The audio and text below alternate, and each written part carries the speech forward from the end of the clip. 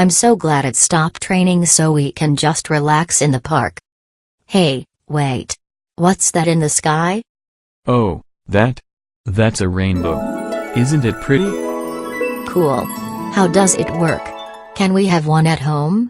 A rainbow is an optical illusion caused by viewing water droplets from a specific angle relative to the light source. Rainbows are created using the fundamental processes of refraction, reflection, and dispersion. Light bends and changes direction by refracting off droplets of water in the air. It then reflects off the back of the droplet, and refracts again as it exits, emerging as color. Okay, now I understand how rainbows are created, but why those colors? And why can't I make one whenever I want with a glass of water and a lamp for my water and light sources? Well, upon entering the raindrop, white light separates into different colors due to dispersion. These different wavelengths of light produce a color spectrum visible to the eye. Oh. Roy G. Biv. I've heard of that. But wait, how do double rainbows work? I've seen those before too. Here, let me pull up a picture.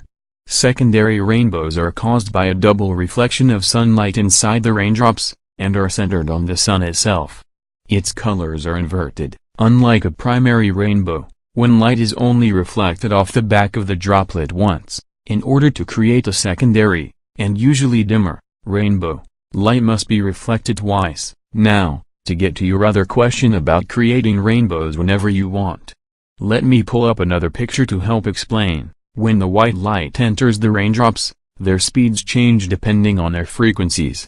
Look at this diagram and see how red and violet bend at different angles, so you see that the ends of the visible color spectrum don't exit the raindrop at the same angle.